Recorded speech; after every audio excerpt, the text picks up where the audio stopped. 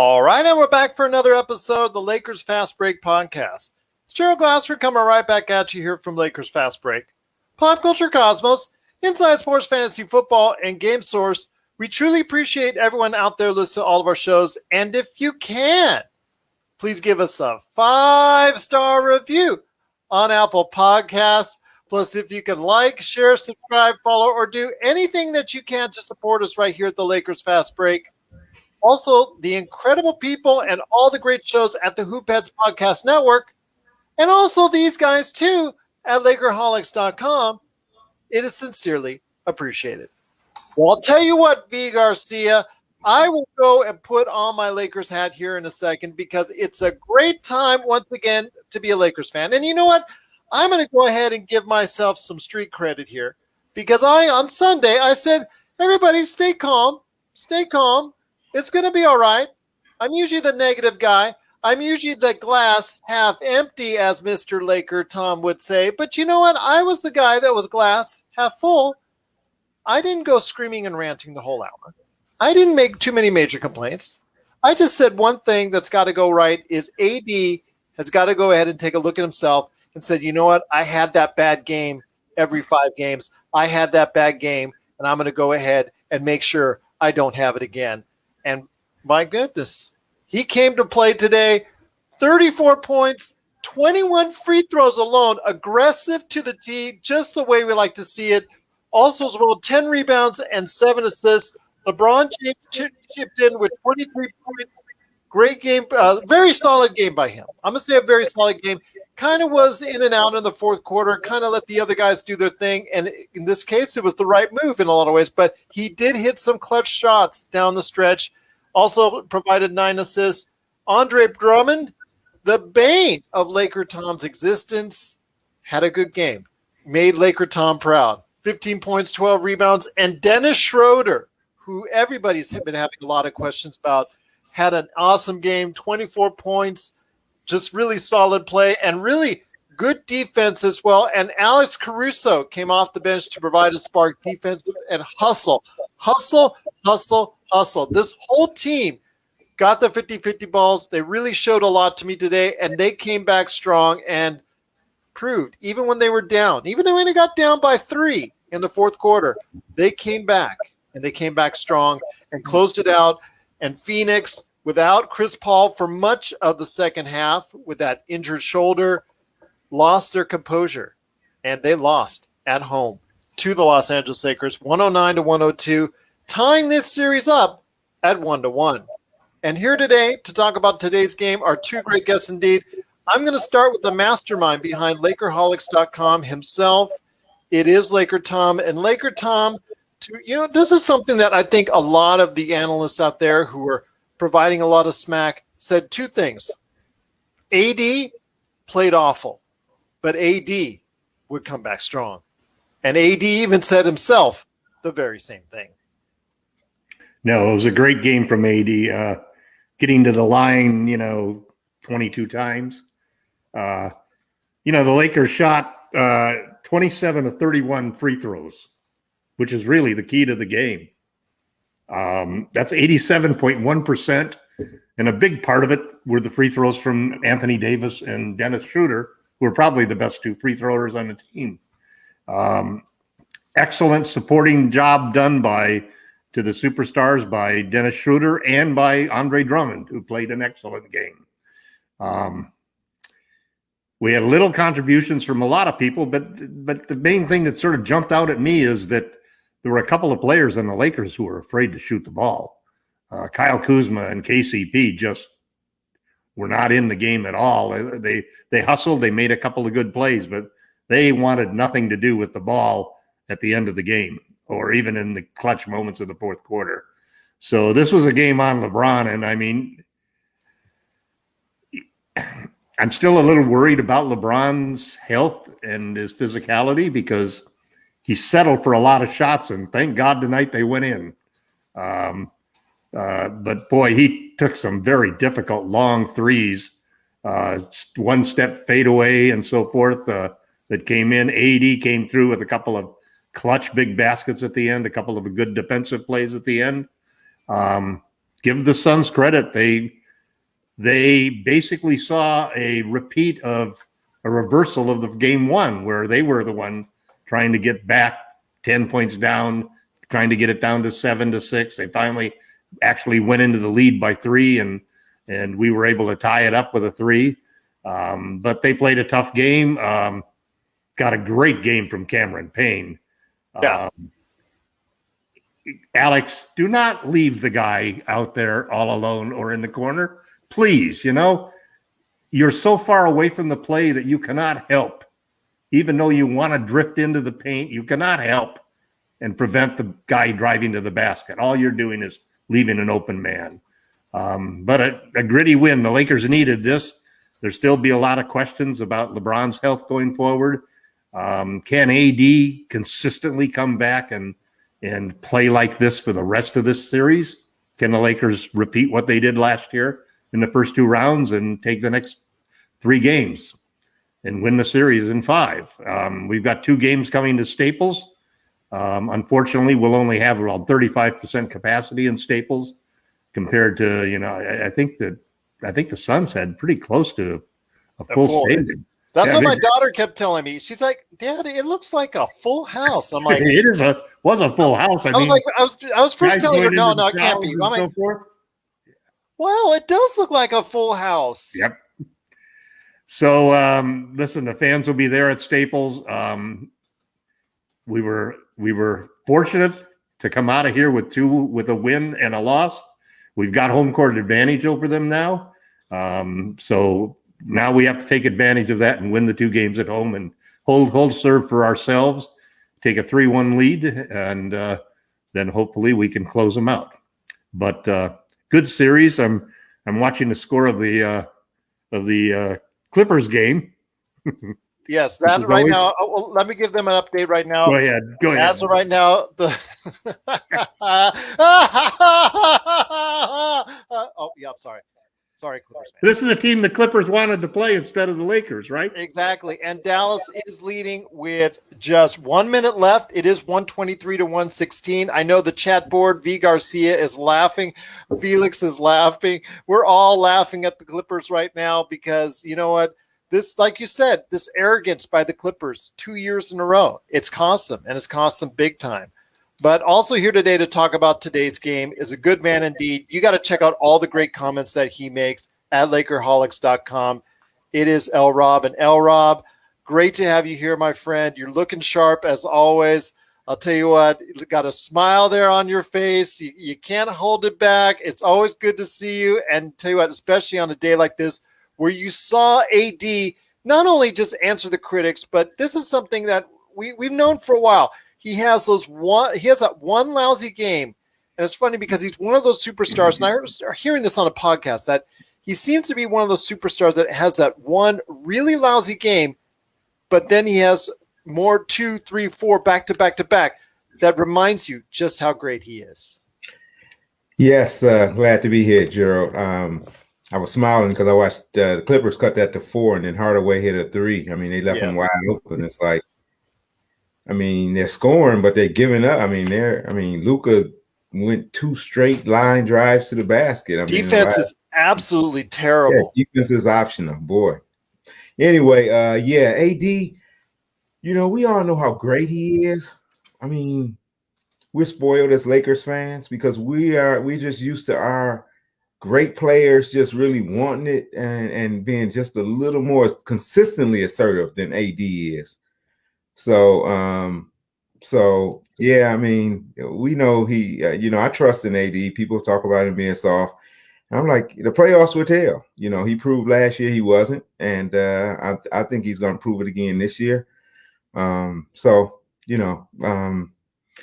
LeBron's injury, we are concerned. You don't see the explosiveness on him, but just having LeBron out there running the show. But you saw that. Am I wrong, El Rob? But in the fourth quarter, he did at periods of times. He kind of let the other players take hold, and it wasn't just AD. It was he kind of let Schroeder do some things. He kind of let Marc Gasol at the beginning of the fourth quarter take a little bit more shots. It just kind of seemed like, I know he was up here there for minutes for him, close to 40, but still, it just seemed like maybe it is the injury, maybe it's not. It seemed like there were periods of time where he picked and chose his spots. And yet and still he had 23 points, 9 assists. Yeah. You know, 7. Like Tom said, you've seen a lot of the guys were very hesitant. It wasn't just in the fourth quarter though. I mean, Kuzma, like he forgot to dribble. He had it twice, like a man advantage on the wing, and it's like, you're a scorer, Kuz. Take the guy off the dribble. And then LeBron, I mean, he chewed into KCP down there, you know, at the end of the game because he passed up an open three. He's got an open three on the wing, and he passes it to Schroeder in the corner. It's like, you need to shoot that. So he has no confidence right now. Yeah, absolutely zero confidence. But all he got to do is see one go through, and he can have a game where he hits 5 or 6 threes. So I'm really not that concerned about him. He's bringing the effort on defense, and he's, you know, he made Booker work, and he played hard, and he scrapped. He came back for some of those loose balls that he came back and made sure he secured. So he did what he was supposed to do. Just don't lose confidence. We did get a lot of from the other guys. Drummond was solid. I mean, Mark, he helped 2 big threes when he was in. Horton didn't really do much. Wes Matthews really couldn't get into the flow. He didn't play many minutes. So, I mean, this was, like you guys said, it was all about the superstars. It was about AD. It was about LeBron. It was about Dennis. And Drummond set a good tone, too. So, it was good. I just think they can beat up Phoenix. You know, later on, we're going to need the small lineup. And they went to it the last 3.5 minutes. And, you know, I think they were up 1 when they came back from that timeout, 93-92. And he took us all out after they didn't get a shot off and had shot clock issues. I mean, Lakers didn't get great shots after that. I think LeBron hit that tough fadeaway on the baseline. Then AD hit a 3, but they were better on defense. Their defense was much better. AD came, blocked Aiden, and they shut Phoenix down. I don't think they scored with that lineup in until Booker got fouled, maybe a minute left in the game. So solid win, business as usual. This team will go home and handle our business. And Phoenix, you know, you give them credit, they're playing gutsy. I don't think and they just don't have the firepower, I don't think, overall to beat the Lakers 4 times. So we'll see. I was going to say this, Rob, and holding their defense. Right, their defense has been great both games, 99 and 102. I mean, if you ask me, like I said the other day, if you ask me if they hold Phoenix to average about 100 points a game, that's what you're going to do. You get yourself in the game. You keep yourself in the game by doing that. Oh, Rob.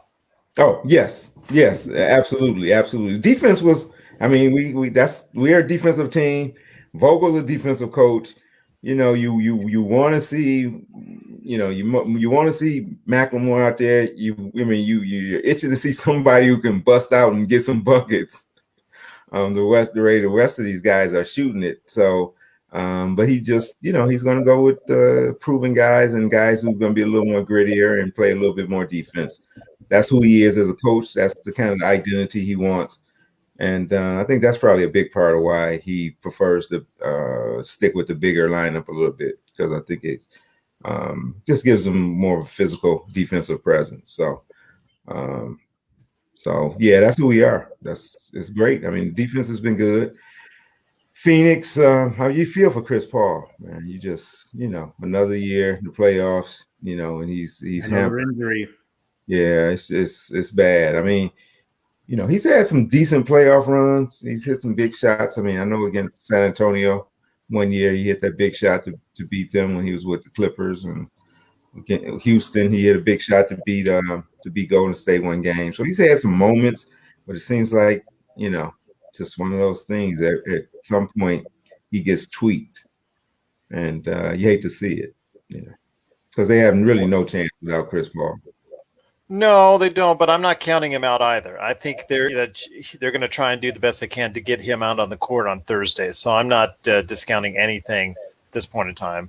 I agree. The comments right now, great comments so far. Once again, the Lakers did win 109-102 in Phoenix. It's the Lakers Fast Break. Wanted to give everybody a heads up that we've got a great chat board just going crazy right now. Awesome to see everybody going ahead and sharing their thoughts on that. Felix, Bully Ball, B. Garcia, the Wolf came in hitting threes tonight. Go Gasol. And that's something that you had mentioned, Laker Tom, is obviously getting Gasol some minutes in there. They did not play Montrezl Harrell. He was the odd man out tonight. But what you saw instead was an effective performance from Gasol, maybe not on the defensive end so much, but you did see it as far as that three-point shot, spacing everything out, having to go ahead and get him on the outside so that opens things up a little bit more. And then you also saw Drummond on the inside, making life tougher for DeAndre Ayton. Well, I was actually very impressed with Ayton. I thought he's been, at least the times that I've watched him this year, he's been very inconsistent. And there were a couple of Laker games where he was really ineffective. But these last two games, he's had double-doubles and 20 points in both games. Yeah, I'm not going to say anything about him not shooting. He can't shoot 10 for 11 because he shot 11 for 13. So I'm not going to say anything more about that. I mean, if all he's getting is dunks and layups. Yep. Yeah, but he made a couple. He made a couple of impressive drives to the basket, and he's definitely a force. He's got some size and position inside. And then when you've got a guy like Cameron Payne coming in, taking over for Chris Paul and lighting it up and hitting some really clutch shots that kept him in the game at key moments, you have to give credit for that. And then in Booker's very difficult to stop, and he's one of those guys that gets every little touch from the referee. He's so smooth though too with his jumper. He's very difficult. We don't have anybody to stay in front of him is the problem. Well, I don't think he gets the guy in the hip. He gets a guy on his hip by the defender trailing and following him, and that's a bad strategy to play defensively with him because once he gets him on his hip, he's looking for that little mid-range jumper from the free throw line in, and he's very effective with that. He must shoot about 70% when he's doing those little shots. So it's. The Lakers need contributions from everybody, and that's what they're not getting right now. You figure that if you go into the game and you expect Kuzma and KCP to give you 2 points, you might not expect the Lakers to win in that situation because all it takes is just one other player not coming through and producing, and you're really behind the 8 ball. Or if Chris Paul would go crazy and then come out and have a 30-point game, which he's capable of doing. Even though he's only averaging on 10 points a game. So it's a good win for the Lakers. We've always felt that they were a better matchup against the Suns than most of the other playoff teams that we're going to be facing. I think the play of Ayton has sort of swung that sort of favoritism that the Lakers had in the matchups and has equalized it a little bit. And sort of the fear of taking the shots by some of the Lakers players, primarily Kenny and Kuz, has really sort of evened the series. And we saw that in this game and the last game. Both games were fairly close, We fouled way too much. I mean, you talk about us getting 27 out of 31. They shot, I think, 28 out of 32 or something like that. So they were going to the line over and over. It wasn't anything like the first half of the first game where they didn't get to the line at all, and it got to the line 12 times in the second half. They got there almost 30 times in the game. So I'm sure Vogel's message is we have to defend without fouling. That's the big thing that really killed us this time. You give up 28 points from the free throw line to the other team, and you really are fortunate to win in that particular case. We took care of the ball, only 7 turnovers. And that was, I think, a big part of why we were successful. We're a team that averages 15 turnovers a game. So all of a sudden to have taken care of the ball was really important. It's back to Staples Center now. We have home court advantage. Let's hope our fans can come out and scream as loud as, 20,000 fans did in Arizona. And we can have a home court advantage. I'd like to see us get a blowout win on Thursday, and then sort of cinch the series by taking a 3-1 lead on Sunday. That would be awesome to see. I'm hoping so. I mean, the Lakers have been kind of shaky at home this year, so we'll see what happens. Maybe they can get their mindset a little bit better and be a little bit more assertive at home. And L-Rob, I want to hit you up with that is not only is how can they find something that they haven't really found consistently all year long at home, because they've been playing well on the road regardless. Even when they're hurt, they always seem to play very well on the road because of the defensive style that they have always keeps them in games, but it's not always kept them consistently in the lead at home. How can you go ahead and find the focus to go ahead and win the next two and make it extremely difficult for Phoenix to go ahead and come back in the series? Well, I really think one of these games will be a comfortable win. We'll get them by double digit, 15 points or something like that, one of the games. So the other one will probably be like tonight's game where we've got to, make some clutch plays down the stretch.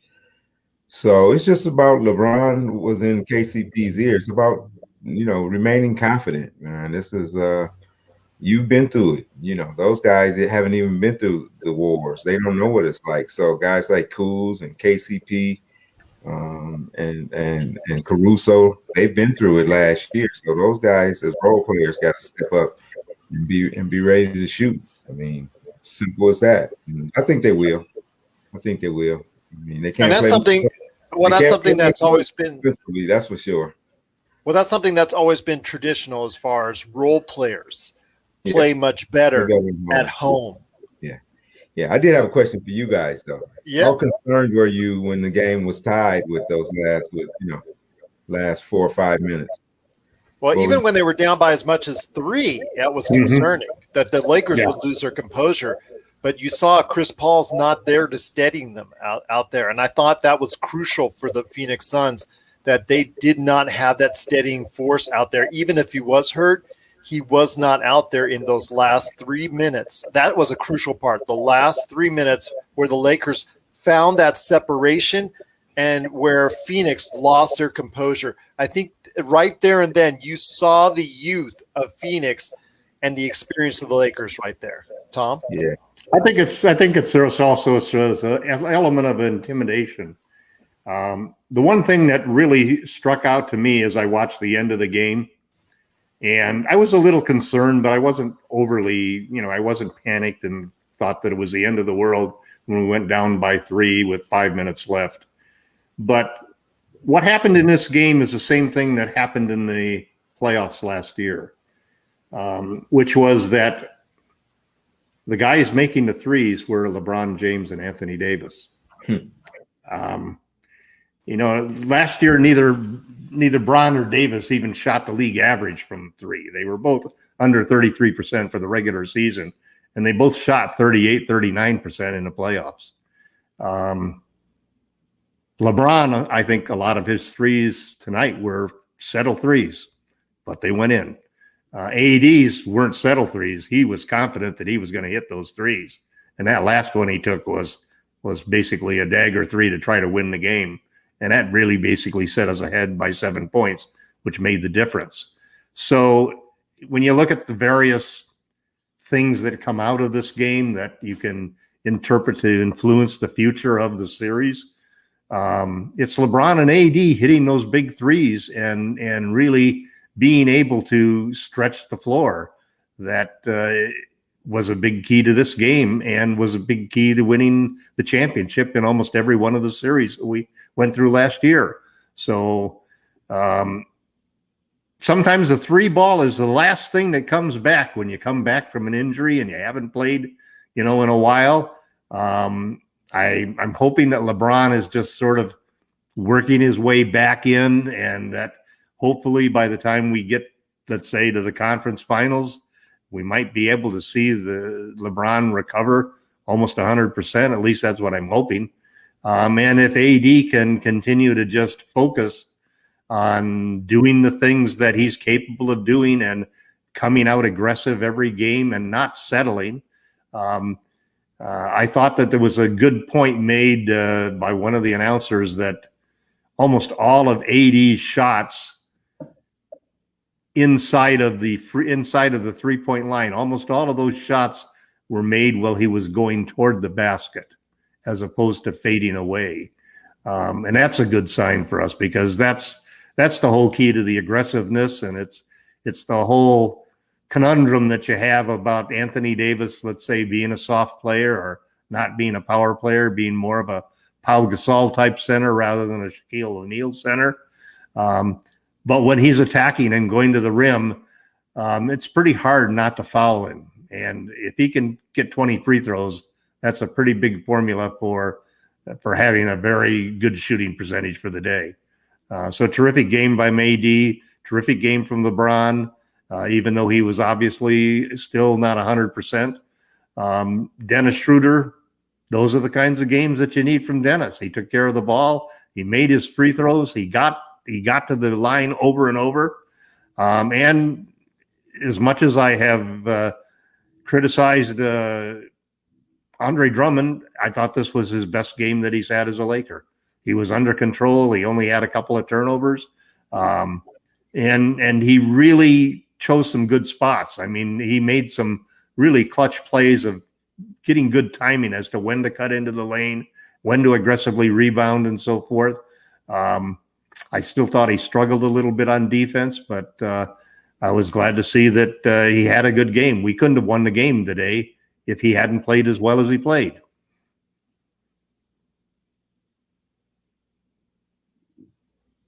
You're muted. You're on mute, Gerald. I'm sorry, my bad. There was also Alex Caruso, who I think also played a pivotal role. No, it doesn't show up in the box scores, but he did score that basket late. Very, very good, because everybody thought they were going to be passing around the outside to stall for time, and he went right to the basket and scored. But I think on the defensive side and his hustle, there were plays where there's one play where he went from the three-point line, got screened off, lost his man, picked up another man, and actually blocked DeAndre Ayton's shot. I thought that hustle going through there, it shows you the kind of grit that he has, picking up those loose balls, doing those things that you need to do, and obviously trying to go ahead and play face up on Booker as best he can. I think he was a great spark tonight. I think that the bench did underwhelm for the most part, but Gasol and also as well Caruso, they really helped out. And Rob, before we head on out to the playoffs coverage of it, and we'll get everybody up to speed on that, I want to hear your thoughts on Caruso and Gasol and what they brought to tonight's game. Well, Gasol brought that championship experience, and he does give them spacing so he can hit that three ball. And Caruso brought the activity. He did what he did best on defense and just was active. Even Kuzma played decent defense, and he was mixing it up inside. He had a good block. Yeah, defensively, most of the guys who was in there played well. That pick and roll is tough. Drummond and Gasol struggled, and they took advantage of it. They just, continually milked that and got to the basket and got layups on it. So that's a problem, but that's a problem that can be solved when you're playing, a big like Drummond or Mark. Give Phoenix credit; they were milking it and they figured it out. And that's how Ayton got spoon fed for probably 4 or 5 of his buckets like that. So yeah. But some of that was on the guards too, man. It's like, like a couple of like Dennis in front of your man. Yeah, Dennis was chasing Payne in the backcourt, and giving him a free lane to the basket, so he drives down and throws a lob up to Ayton. What your big man, he's got to come out for guys driving straight to the rack. So some of that is on the guard play. I didn't think Dennis had one of his better defensive games, but fortunately, he made up for it on offense. He hit a couple threes, and so he was good. But the bench can be better. They were okay defensively. They just need to be better offensively. They can. They're better players than they've shown today. Well, hopefully that'll be the case, that it does hold to tradition that the role players will play better at home and we'll get some better performances from guys like Wes Matthews, guys like Kyle Kuzma. If we can get anything from those guys and continue to get what we get from Gasol / Harrell and Caruso, obviously, that's something that was going to be make it much easier for us, to go ahead and pick up those next two games starting on Thursday. So make sure everybody is tuned in to us here at the Lakers Fast Break, because Game 3 is Thursday right here.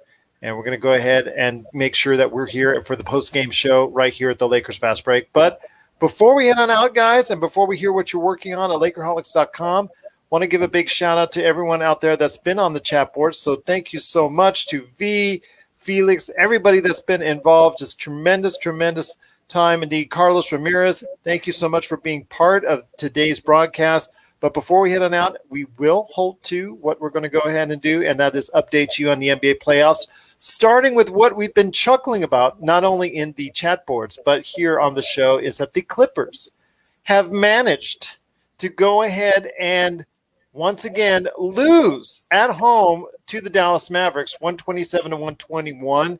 So they are now down 2-0. And Tom, I'm going to give you the pleasure of commenting on this first. Like you had mentioned during the show, that they actually chose to tank that last week so they could try to avoid the Lakers. Sure seems like it was a mistake now. Yeah, that somewhere there's a blackboard in the Mavericks dressing room that has some reference to that decision, and I'm sure that really was used as motivation. I saw Kawhi had 41 points, so he obviously had a big game. Paul George had a big game too. Luka had, as usual, a terrific game, but no defense. Yep. I mean, it was a 70. I think it was like 73-71 at half. Yeah, this was a shootout by any stretch of the imagination. But the Clippers lost 2 games at home, man. Now they're going to go to Dallas down 0-2. I think they'll split. I think they'll split. Go ahead, well, they better split. If they don't split, they're not coming home to L.A. Yeah, that's for sure. But go ahead, El Rob. No, I was saying that the Mavs shot 59%. So, you're not going to win too many games when the other team is shooting 59%. And Tim Hardaway's, he's in the groove, man. They cut it to forward. Did Kawhi guard Luka like he said he was going to? That's we're going to have to check out the highlights. Yeah. Yeah, I think he started off on him. I was kind of switching back and forth earlier, and I caught some of it. So it seems like he was defending him, but Luka's a bad man, so he's going to be tough for anybody to handle. But Kawhi's, you can't put Pat Beverly on him. He just doesn't have the body, the size. Paul George is not strong enough, so Kawhi's really their best option. The thing is, you got to play team defense. You can't let Tim Hardaway hit 6 out of 8 threes. You can't give up 60% shooting. So no matter how many points you score, if the other team is shooting like that, then you're in trouble. Absolutely. Yeah, shot 53% from 3. Yeah, that's just terrible defense. And the thing is, I think you're right, El Rob. I did see already some times where they were trying to go ahead and have Kawhi on Luka, but switching. It's that switching defense. And again, if that's the case, you're just hunting out mismatches. As Tom will always tell you, you're just hunting out mismatches. And playoff P, Paul George and Kawhi are supposed to be these legendary defenders, and they're just not getting the job done. Even on the other players, Tim Hardaway hitting threes, Kristaps Porzingis chipping in with his own. Then you've got Jalen Brunson coming off the bench for them, and they've been providing all this offense. And to me, that spells doom. All they have to do is just go ahead, and if they can get this Game 3 in Dallas, I think everybody out there, it's all over. They may not even get split, in my opinion. But I think they're going to get Game 3. The Clippers do. I give them credit for that. But if they don't, then it might be just over. They might be mentally just done after that, and then you could go ahead with the speculation. And I'm sure we'll have a good laugh about it if that was the case here on the show. But also, maybe we severely overrated them. I don't know. Maybe we did. But you know what? If that's the case, maybe it's on us. Maybe we underrated the Mavericks. Well, but also they overrated themselves because this is 2 years in a row. They've come in very confident. They've come in talking a lot of smack. They've been acting with mannerisms like we talked about with tanking in that last week to try to go ahead and match up against the Mavericks, which they thought was their preferential first round for them over the Lakers and over the Trailblazers. Then that's on them. Right. This is exactly like you said, the matchup they wanted, and it's Yep. all on them that they can't get the job done. And Disrespecting the basketball gods. yep, it is indeed. But I'll tell you one team that's not disrespecting the basketball gods, and that is in the other game tonight. I'll tell you what, I know I hear all the time about how you need to play together. You need to play together. Well, Brooklyn hasn't played much together, and they're destroying Boston. A series that's over. This series has been over since the second half tip in game one. And this looks very much like a sweep for Brooklyn, if not a gentleman's sweep in 5 games. Tonight, they destroyed Boston at 130 to 108, took a commanding lead. Their big three just doing a great job. Again, they are looking very, very tough right away. So, all props to them. They're starting to really find their groove. Looks like if they're even close to being healthy, like Laker Tom says with the Lakers, they're close to being healthy. They're going to be a hard out for anyone. But there's a team out there that could match up with them because last night you had Milwaukee destroying Miami in game 2. I think with Miami, game 1 was supposed to be the game that they wanted to take, that they should have taken. And unfortunately, they didn't. So they gave Milwaukee that mental edge that Milwaukee now feels that they can now beat them and chase the ghosts away from last year. And you saw that last night as they destroyed Miami, and now it heads back to Miami with Milwaukee leading 2-0. New York and Atlanta, they're playing tomorrow with Atlanta still leading on that great shot by Trae Young, silencing the crowd at MSG. They're coming back tomorrow with Atlanta leading 1-0. And as El Rob, I think you and Laker Tom both said, that was a great game at the Garden. But El Rob, I'll hit you up first on this. I still think this is going 6 or 7. Yeah, I predicted the Knicks in 7, so I haven't seen anything that make you think otherwise. Atlanta has the more talented team. Obviously, they have more firepower. I just think that Knicks is gritty enough to still pull it off. So, but Trae Young is he's upped his level of play. So, that's going to be tough. Julius had a particularly bad game, so. I think the Knicks, they just feed off of Randall when he's playing better and kind of gives them a belief that they could do special things. So I look forward to Knicks is a must win, though. They need to win. They can't go down 0-2 and head back to Atlanta down 2 games. So real big game for them tomorrow. And I expect them to come back and even the series. Another series that we want to talk about. Boston, though, getting to the Nets game. Yeah, I think their minds are partially in Cancun now. They're the team most likely to go 1, 2, 3 Cancun. So. Yep. They're gone fishing, as they would say on TNT. Yeah, they've gone fishing. They're ready. They're hopefully stop by the sporting goods store to check out some good fishing lines. So hopefully they can go ahead and have some time there. But they're also in the East. Philadelphia, Washington. This is also going to start up on Wednesday again. Laker Tom, we saw in that first game, Joel Embiid and Tobias Harris score big for them. Do you think you're going to get a great performance from Tobias Harris 2 games in a row? Or do you think they need it? I don't know. It's kind of funny when you look at the 2 guards on Washington. They both have to have career type games in order to stay with the Philadelphia. Philadelphia is a good defensive team. I think they were ranked 2nd or 3rd defensively, and so and then it's also the task of stopping Joel Embiid, who's had, other than injuries, an MVP type season. So I thought that the 76ers were vulnerable a little bit, just simply because they tend to have games where they just don't pay attention and get upset. I think Harris has been playing extremely well, and that's a big key for them. it gives them another scorer that they can count on. They've got a lot of guys who are more defensive players than they are offensive players. But I think that Philly's going to come through in that series. I think it'll probably go 6.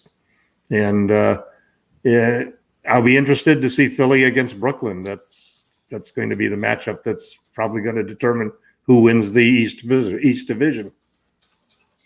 Absolutely. It's going to be a battle indeed for the Eastern Conference with 3 great teams at the top. It's going to be very interesting to see how that plays out. And I think that New York Atlanta series, like El Rob was saying, it's going to be rough and tumble. 7. Yeah. El Rob, did you have any thoughts on Philadelphia, Washington? No, I feel Washington's entertaining, but they just can't stop you. So, Philly's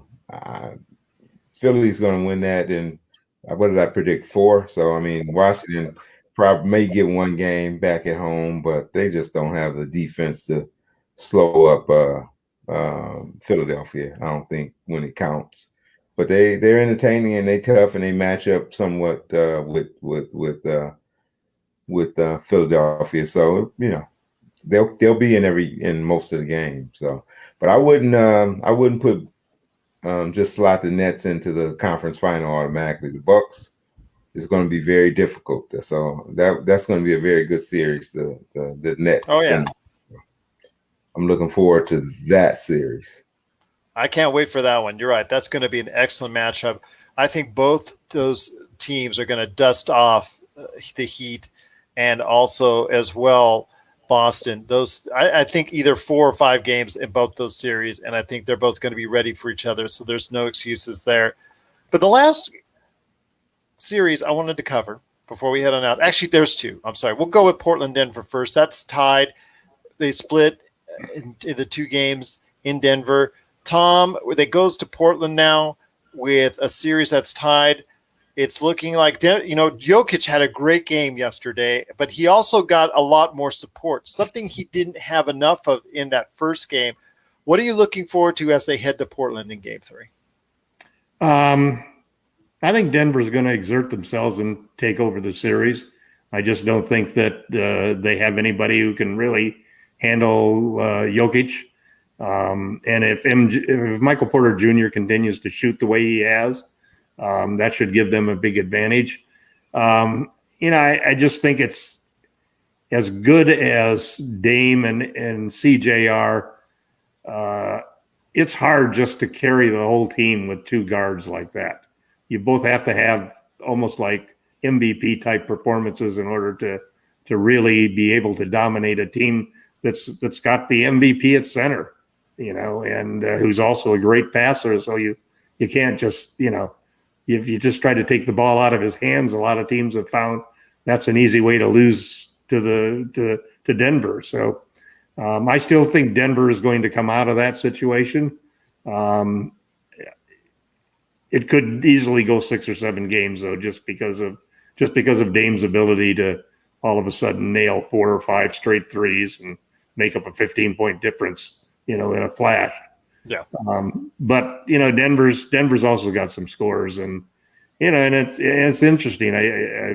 I've been looking at some of the numbers of the playoffs this year versus last year, and the attendance, the TV ratings, and so forth. And it's a lot of good series still going on, and I think that we're going to see. I think we're still going to see maybe one of the best first rounds we've seen in a long time, with some real surprises. Al Rob, any thoughts on this series? Because it's going 1-1 back to Portland. Yeah, man, they struggled with Dame, so it helped when they put when they switched Gordon on them. So right. I just don't believe Denver has enough. Too many injuries. I just think they don't have enough to beat Portland this year. Joker's going to have to just be incredible like he was in Game 2, 4 more games. I mean, he was 15 out of 20 from the floor. So, obviously, if he shoot like that, then they can beat them. But, that's asking for a lot because he's not taking easy shots. He's taking tough shots, and he's got guys straight on him. They just rely on him so much. Michael Porter Jr. He can score some, but he's going to need to explode like CJ. Really, to be that Batman for Joker to really give them a legit chance. And I just don't see that happening for 4 games for Denver. So I still like Portland, but it's going to be entertaining. I see that one going right down to the wire.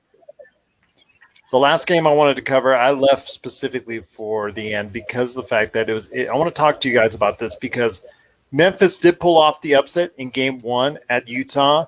They lead the series 1-0, and I think everybody is thinking that tomorrow, when game 2 arrives, that it's going to be Utah coming back strong. Because that usually is what happens as far as these series are concerned. The team that got upset will come back strong in the next game, but they'll also have back Mr. Mitchell. They'll have back Mitchell coming back for this game. He's been hurt for a while with the ankle, and he was, to his disagreement, the medical training staff held him out the very last minute for game 1. And he was reportedly, according to Adrian Wojnarowski, very upset about that. So I want to hear your thoughts. I'll start with you, Rob, on that.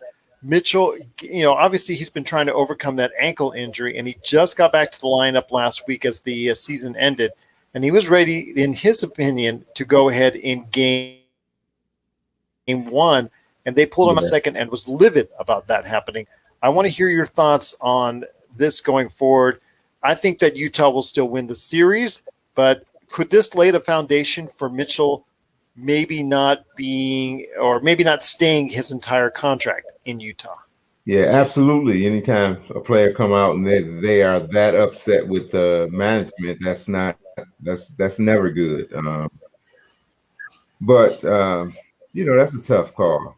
I mean, this is your franchise player. You got to protect him from himself sometimes. And Utah training staff management has nothing to gain by holding him out. So obviously, if they held him out, they thought it was in their best interest in their long-term value and protecting, their investments. So I can understand him wanting to play. It's the playoff, and he felt he wanted to play. So I can see both sides of that.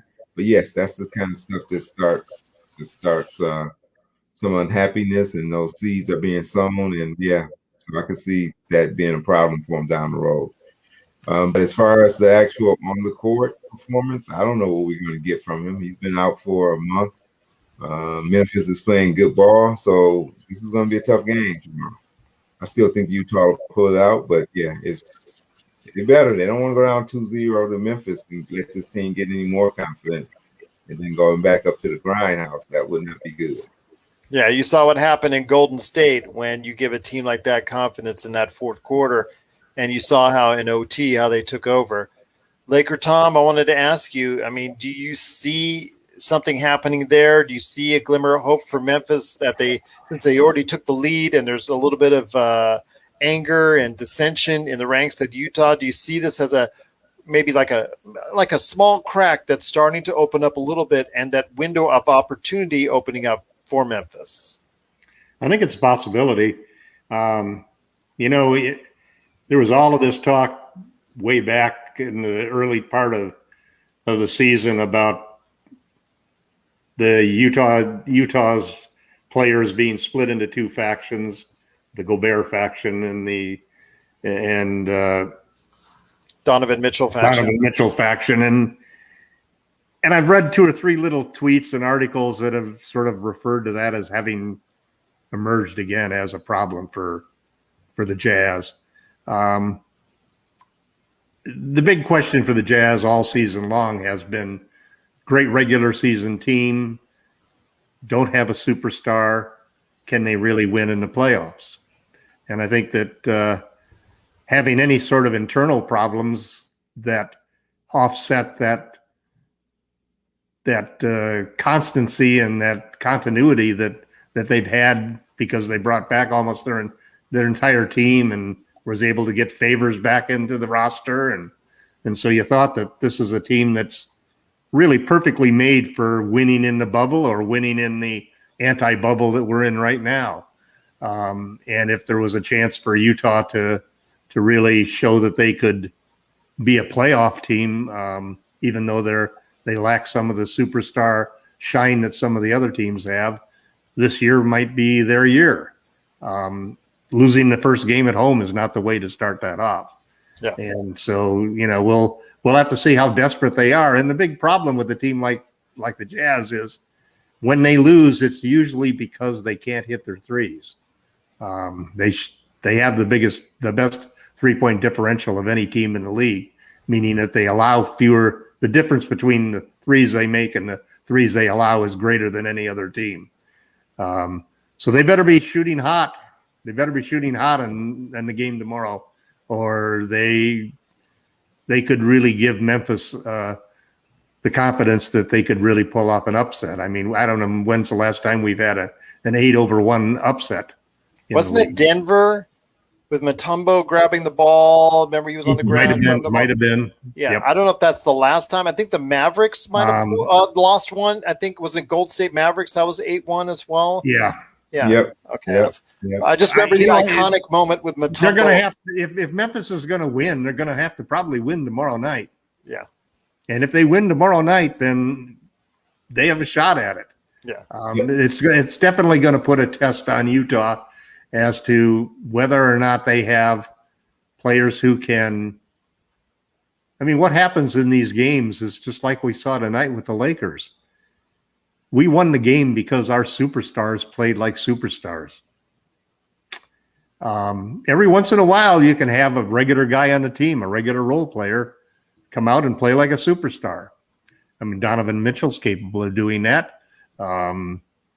There's several guys. Jordan Clarkson. There's several guys on the Jazz who are capable. Donovan Mitchell, I think, is an all-star, bordering on a superstar.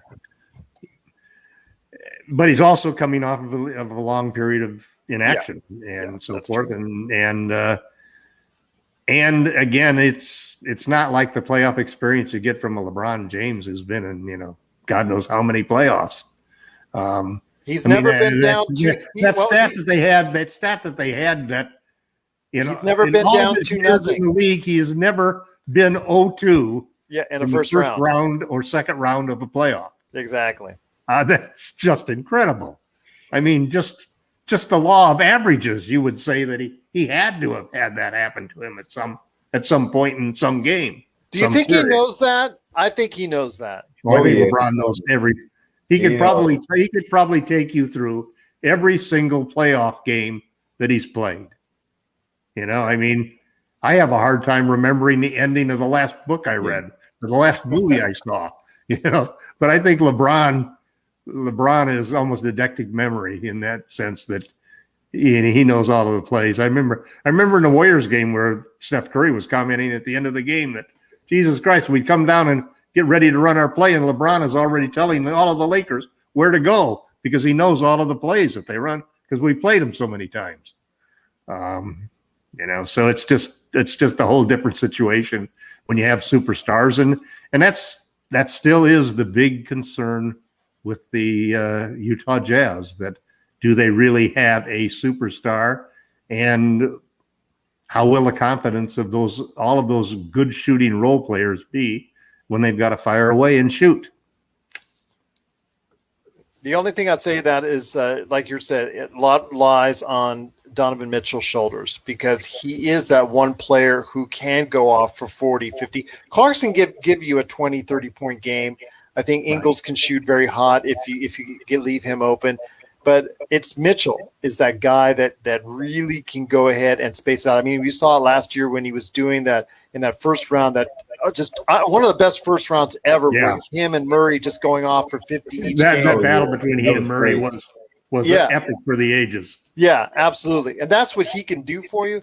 But how injured is he? That's the question. Yeah. That's the question indeed. But again, everyone, this is the Lakers Fast Break. We truly appreciate everyone out there. Felix, everybody out there that's had a great time watching us and listening to us today. But before we head on out, all credit to you on the chat board out there, and all credit to you watching out there so much. We cannot thank you enough as always.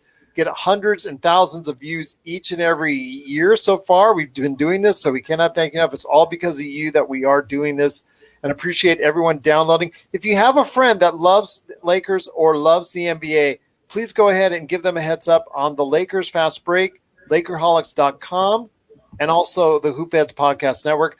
3 great places to go to for your latest news and information on the Lakers and the NBA.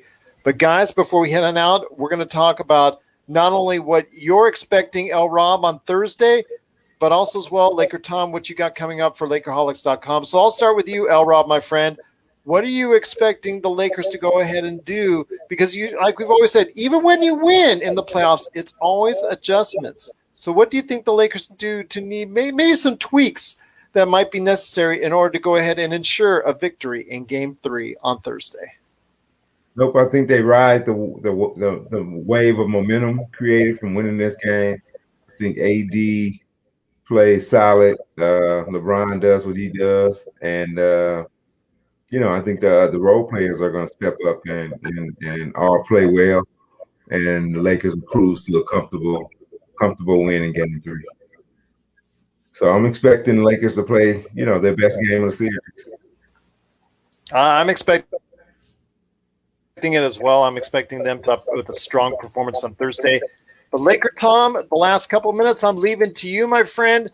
I know you're working hard on some great stuff at Lakerholics.com. I was hoping Admiral Akbar, Jamie Sweet, and Sean Grice, our basketball historian, to stop by on the show today, but they couldn't.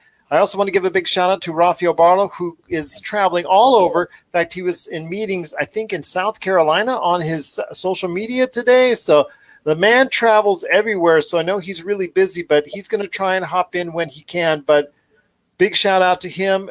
Make sure you catch his shows as well. The awesome Locked On NBA Draft Podcast, and of course, everything that he does for NBA Draft Junkies. But for you, my friend, Mr. Laker Tom, what are you working on at Lakerholics.com? Well, I think that Frank Vogel's the defensive coach.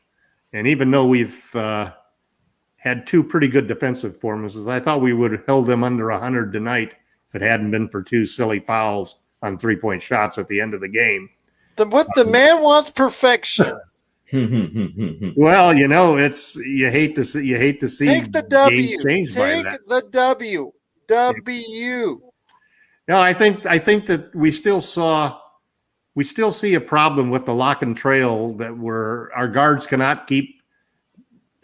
they just cannot stay in front of either Payne or Booker. And as a result, they're doing this lock and trail to follow them around the screen. And then Payne and Booker are putting them on their hip and getting these little mid-range jump shots. Or all the way for a layup. Yeah, and Chris Paul, the same thing. And like you said, at that point in time, that automatically turns into a 2-on-1 because the big man's got to come out and challenge that person who's gotten into the paint. And you either do a fadeaway jumper then, or you pass or throw a lob to the big. So I think that we're going to see maybe more trapping and catch hedgings to prevent those players from penetrating. We haven't done a good job on that against Booker or against Payne. Both of them seem to be able to get by the initial defender in the perimeter. And so the solution that we've done in the past in those situations has always been to trap and to, take our big out there and force the ball into somebody else's hands. And I think that that's basically what we're going to see Frank Vogel try to do. I'd like to see us hold them under 100 again, but have a wire-to-wire victory, like Lee said on Thursday, and take a 2-1 lead going into Sunday's game, and hopefully be able to come back and have a 5-game series win. Well, look who showed up in the last minute of the broadcast. Look who showed up. Admiral Akbar, Jamie Sweet. We'll go into overtime for you. So before we head on out, I appreciate it. I'm going to leave the last few minutes for you. Your thoughts on the game and what you're working on. And finally, so it's going to be a 3-parter. Number 3, what you're looking for the Lakers to do in Game 3 on Thursday. I mean, I think there was a pretty good. This is the recipe for success is play harder, right? Everybody played a lot harder. I thought our energy was really solid throughout the game. It's hard to find a lot of. This was a really well fought game from both teams. I thought, Phoenix is going to be really difficult for a lot of years if they can, continue this sort of defensive, gritty, attacking offense that they have. And I thought we came out great. I think that Tom has hit the head of the nail on the issue of, is Frank Vogel really going to force it to Drummond? I think the answer to that question is yes. I think we've seen that beyond a shadow of a doubt, that like the Lakers are going to maybe kind of ride or die on Drummond, at least in the 1 and the 3 quarters, to kick Cavs off. I was really impressed with tonight's win. I thought the Lakers did a really great job on defense, and I'm excited about Game 3. I don't know that we're going to win it, but I think we've got a good shot. What? I'm serious. Are you calling it a trap game? Are you calling that a trap game? I'm calling it a trap game, man. I'm calling it a trap game. Oh, come on, man. No trap games in the playoffs. Cut that guy off, Jamie. I would say yes normally, Lee. Normally I would say yes, but this is why I think it might be, because I'm curious if there's another adjustment that the Lakers are going to make. Like, are they going to buy into the idea that this is the winning formula, or did this work tonight? Well, you don't know if AD is going to get 21 free throws again. That's right. Like, there were a lot of, I felt like, outlying factors in this game that you won't necessarily be able to replicate. You could argue the same, though, for Game 1. Should we have missed 12 free throws or 11 free throws in Game 1? So it's going to come down to, that's the thing, though, with this Laker team, is that I feel like there's such a degree of variance to this Laker team this season because of a lot of, and in the playoffs, I feel like it's magnified a little bit because there's a lot of untested, I'm in this role playoff guys. Drummond's one of those guys, unfortunately. And I'm just curious to see if we come out with the same energy that we came out with tonight. I like our chances in any game, and that's kind of the big question. Is this an energy level this team is ready to sustain with all the injuries, with with the shortened season, with the compressed schedule, the shortened off season, compressed schedule, injuries to superstars? Can this level of energy be brought out every single night or most nights over the course of a 7-game series for us to win? And I want to say that they can. I just don't know that it'll happen in Game 3. Well, we'll see what happens in Game 3, and we'll all of us, Lakers fans, Lakers Fast Break listeners, Lakerholic.com readers, all of us hope that Jamie Sweet is absolutely wrong. I hope I'm his wrong. Prediction for a trap game, and that Admiral Akbar will stay at the space base based over Tatooine or somewhere. Just stay away. So we're hoping that a good Game 3 is in order for the Lakers as they match up against the Suns. If you have any questions for us, LakersFastBreak@yahoo.com, LakersFastBreak on Twitter, at LakersFastBreak on Twitter, also at LakerTom on Twitter. Plus, if you want to go ahead and be part of our awesome group on Facebook, just type in Lakerholics and we'll let you right in. If you're a great Lakers fan, it's obviously very appreciated. So thank you so much for being a part of that. You can check us out by liking as far as anything that we do on Facebook at the Lakers Fast Break Facebook page. Plus also as well, or on YouTube, you can go ahead and like and subscribe there. All of our great videos, we got a ton of them already there on YouTube. Plus, if you just want to go ahead and listen to us in the car, you can catch us every Sunday morning on Dash Radio, and of course, wherever you get your podcasts, and then we're just a proud part of the Hoopheads Podcast Network at hoopheadspod.com. Well, guys, it's been a great evening. Once again, the Lakers are victorious, 109-102, and combining that with another Clippers loss. I know. It has been who's stopping Luka? Who's stopping Luka? Well, obviously the Clippers aren't right now. They're doing a terrible job on defense, but the Lakers are actually doing a pretty darn good job on defense. And you know what? Let's hope that keeps on going and that Jamie Sweet is wrong. And you can find out that on Thursday for the game there. And after that, we'll be back once again, hopefully to maybe give a razzing to Jamie Sweet, hopefully when he's wrong, which we're all hoping. Did I say hope enough there? But let's go ahead and find out. But the thing is, we will be back on Thursday after the game, the Lakers Suns, Game 3 in the first round of the NBA playoffs. Plus, we'll give you an update on what's going on in the NBA playoffs right here at the Lakers Fast Break Podcast. Thanks for watching, everyone. Have a great evening and stay safe.